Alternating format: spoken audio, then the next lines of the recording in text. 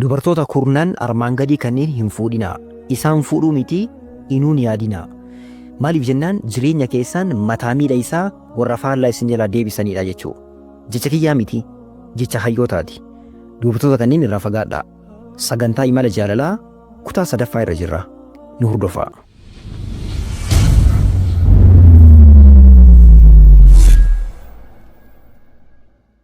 Bismillahir Rahmanir Rahim. Alhamdulillahi Rabbil Alamin. Assalatu wassalamu ala Rasulillahi sallallahu alayhi wa sallam. Sagantaa imala jaalalaa har'a kutaa 3ffaa irra jirra. Dubartoota kanneen irraa fagaadhaa. Sagantaa kana subscribe godhaatiin barnoota kana akka haala bareedaadhaan dhiyeessinuuf nu jajjabeessaa. Dubartoota kanneen irraa fagaatuun maaliif barbaachise yoo jettan ta'e jireenya gaarii jiraatuudhaaf, jireenya gammachuu jiraatuudhaaf, jireenya waliigaltee jiraatuudhaaf dubartiin mallattoo akkanaa qabdu jireenyaaf hin taatu jedhan hayyoonni. Sababa kanaaf irraa fagaatuu qabdan. Dubartoonnis dubartii akkanaa hin ta'inaa. Warri dhiiraas dubartii akkanaa hin fuudhinaa. Yoo jijjiiramaniitiin tolan malee. Jecha waliigalaa tokko jira. Jecha qalbii irratti qabatamu. Jecha akkasumas qalama warqeetiin barreeffamuu qabu. Jecha hayyoonni dubbatanirraa. Jechi sunis maalidhaa? Dubartii ilmi kee yookaan intalli kee akka isii fakkaattu hin barbaadne hin fuudhinii jedhani. Fakkeenya mucattiin takka yoo sitti dhufte ilmi kee yookaan intalli kee mucattii san haa fakkaatu jecha yoo kan hin barbaanne ta'e dubartii san hin fuudhinii jedhani. Maa jennaan ilmi kee eenyuun fakkaata? Haadha san fakkaatuu danda'a. Amala haadha sanii dhaala, amala haadha sanii bahaa jechuudha. Sababa kanaaf dubartii akkasii irraa fagaatuu qabna.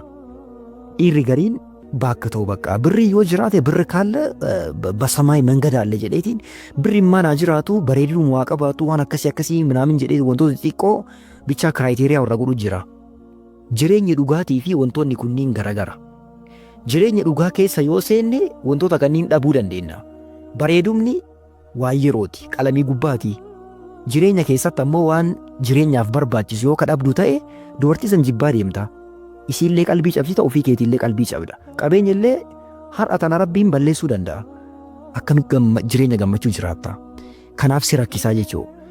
Dubartii mallattoo gaarii qabdu laalteetiin fuudhuu qabdaa irratti xiyyeeffadhu. Dubartoota kurnan kanneen wajjin haa ilaallu. Tokkoffaa annaanaadha. Annaanaa jechuun jecha afaan Arabaatii hiikkaan isaa maal jechuudha? Dubartii himannaa qofa baay'istu jechuudha. Yeroo hundaa bakka himan nama baay'isti tashakkii waan jedhamu yookaan shakwaa waan jedhamu. Abbaan manaa kiyya akkana na godha, warratti illee kanuma himatti, hiriyoota isiitti illee kanuma himatti. Hin galateeffattu. Waan abbaan manaa isiidhaaf jecha guyyaa xaaree dafqisarraa bu'ee isii waliin cabeetiin isii jiraachisu ittiin dhaga'amu. Kan isii dhaga'amu maali? Hanqinuma jiru qofatu isii dhaga'ama. Himannaa qofa dubartii baay'isu jechuudha. Dubartiin akkanaa jireenyaaf barakaa hin qabdu. Dubartiin lammaffaan mannaanaadha. Mannaanaa jechuun illee jecha afaan Arabaatii hiikkaan isaa maal jechuudha? Dubartii galata namarratti himatuu baay'istuudha. Akkana siif jecha ta'ee, akkana siif jecha ta'ee, akkana siif jecha ta'ee, sababa kee maatii kiyyaa wal dhabee, sababa kee waa akkanaa ta'ee jetteetiin dubartii waan abbaa manaatiif goote yookaan waan jireenya isii keessatti dalagaa jirtu dubartii himattuudha. Dubartiin akkanaa dubartii barakaa hin qabne. Maa jennaan jireenya keessatti namni himannaa yoo walirra baay'isu ta'e waljibba dhufa, qalbii walirraa fagaatutu dhufa, waljibbutu deemamaa jechuudha. Kanarraa fagaatuudhaaf ammoo himannaa dubartiin baay'istu jireenyaaf hin taatu jechuudha. Kanaaf irraa fagaatuu qabna. Inni sadaffaan hannaanaadha. Hannaanaan dubartii akkamiiti? Dubartii qalbiin isii dhiira birootti rarra'uudha. Ex-husbandii waan jedhamu yookaan abbaa manaa yookaan abbaa manaa ka duraa heerumteetii yoo qabdu ta'e abbaa manaa isii ka duraatitti qalbiin isii kararra'u yoo ta'e yeroo hundaa bakka an abbaan manaa kiyya akkana naaf godhaa ture duraan jetteetiin abbaa manaa haarawatti waan akkanaa kan himattuudha. Yoo dubartii dura heerumtee jirtu kan fuutan ta'e dubartiin haala akkanaa qabdu dubartii barakaa hin qabneedha. Maa jennaan erga har'a abbaa manaa biraa waliin jiraatte kan isiin itti himatuu qabdu, kan isiin jaalatuu qabdu, qalbiin isii kan itti rarra'uu qabu eenyuun ta'uu qaba? Ka har'a waliin jirtu kana qofa ta'uu qaba. Abbaa manaa isii ka duraaniititti yoo qalbii rarra'u ta'e dubartii faayidaa hin qabneedha jechuudha. Inni afuraffaan haddaaqaadha. Haddaaqaan dubartii akkamiiti? Dubartii jireenya isii jireenya nama birootiin madaaltee abbaa manaa cinqituudha.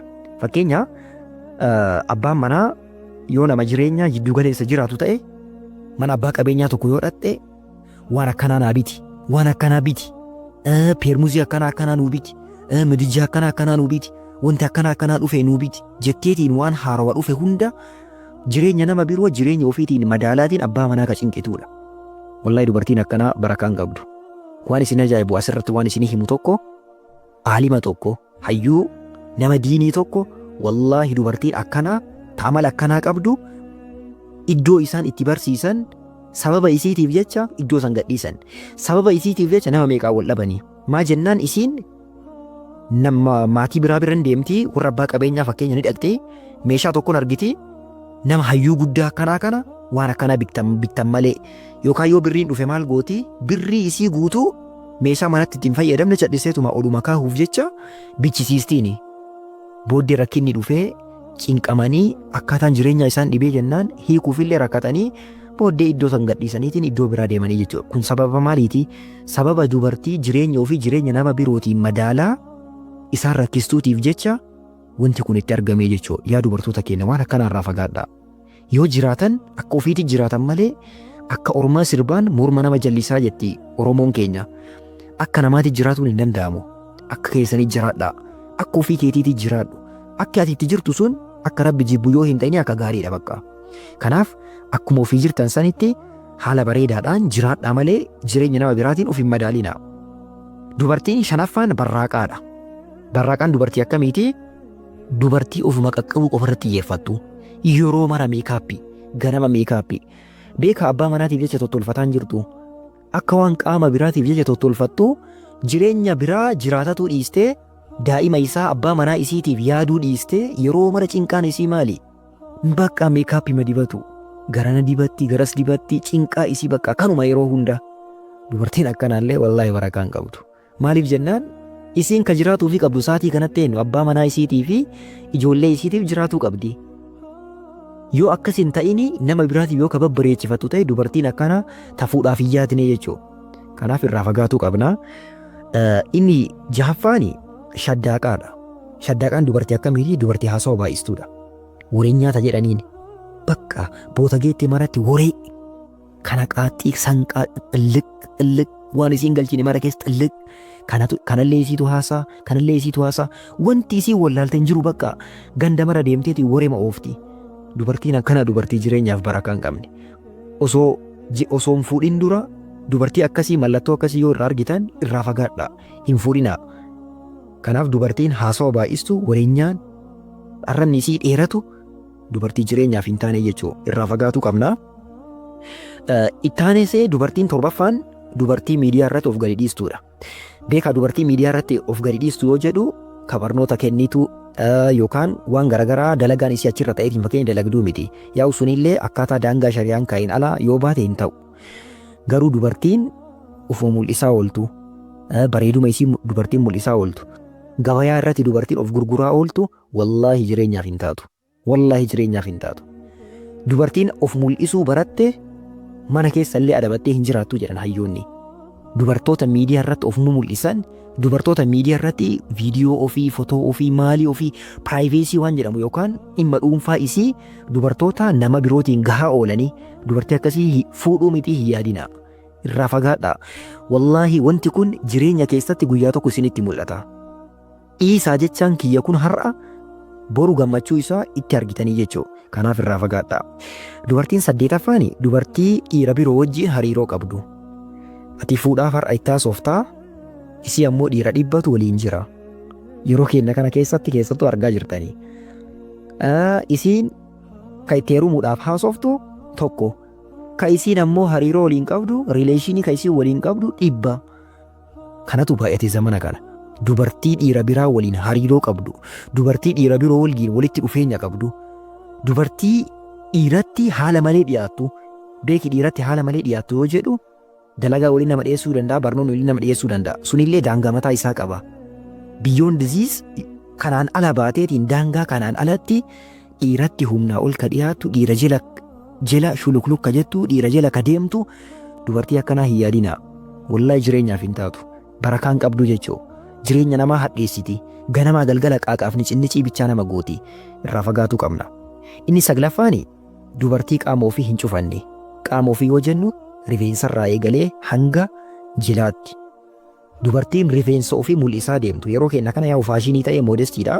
Bakka rifeensa mul'isuu, gurra mul'isuu, asiin miila uffata miilarraa ol siisaniitiin miila ofii keessa mul'ifataa deemu. Wanti akkanaa kun amma faashinii ta'ee bakka dubbatuun hin danda'amu. Haga shari'aanuu eeyyame jedhameetiin yaadamu takka noormaal ta'ee jira. Garuu wanti kun haraama. Dubartii qaama ofii mul'istu. Ta uffata shari'aan haala shari'aan uffadhu jedhu hin uffanne. Dubartii surree godhatu, dubartii rifeensa mul'istu, ta gurra mul'istu, ta qaama shari'aan dhoksi jedhe mul'istu waliigalatti hin fuudhin. Wallahi irraa fagaadhu. Itti gammadda. Wallahi irraa fagaatu keetiif itti gammada. Sii kakadha maqaa rabbiitiin. Inni kurnaffaan dubartii saalfiif kabajaa takka hin qabne tarramni fi namarra gadi dheeratu yoo namatti taasoftu kabajaa takka malee bakka nama tuffattee nama xiqqeessitee dubartii namatti taasoftu dubartii akkasiiti. Dubartii akkanaa yaadiin fuudhaafi. Dubartii barakaa takka hin qabneedha. Isheen boru silleen kabaju maatii keelleen kabaju. Akkamii waliin jiraatta? Mee maali akkamii waliin jiraatta? Gammachuu akkamii argadha jetteeti waliin jiraatta? Wallahi jireenyi kee gammachuun qabaatu jechuudha. Irraa fagaadhu dubartii akkasiis.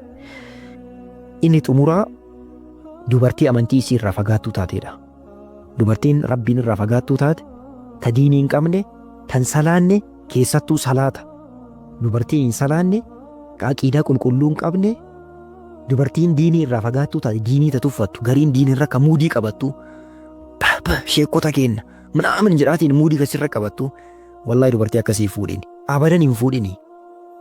ما جنان ومن أعرض عن ذكري فإن له معيشة ضنكا يا ربين نما دينك يرى فقاته نما قرآن الرافقاته جرين إبا كيس جراتا يا ربي أتي اللي جرين إبا إسيو لينك أما سويدا الرافقاتو دوبرتين إنسالان بركان قبضو كافرة دوبرتين ديني لا في الدون كنينه دوبرتي فايدان قبنيدا دوبرتي أكسي الرافقات فورا في ياديني ربين دوبرتو تكين اللي دوبرتو تغاري ربي أقولو كيرا كين اللي dhiira milkiidha dubartii milkii waliin rabbi walitti haa qabu waan hin taane jireenya keenya irraa rabbi haa qabu jedha yaa rabbi dubartii gaarii nuuf fidi dubartoota keenya illee dubartoota gaarii yaa rabbi nuuf taasisi dhiira keenya illee warra hin fuudhin dubartii gaarii yaa rabbi itti nuu qabi rabbiin jireenya keenya milkiidhaan haa guutu barnoota dabalataa argachuudhaaf barnoota islaamummaadha yuutuubii kana sabskiraayib gochuudhaan tiiktook irratti mujaahid fillaahtuu ka jedhu teelegiraamii irrattis feesbuukii irrattis dhufnee jirra kallattii kanaan fooloo nu gochuudhaan hordofaa isiniin jenna yeroo gaarii isiniif haa ta'u nagaan naaf tura. Assalaamu alaikum warahmatullahi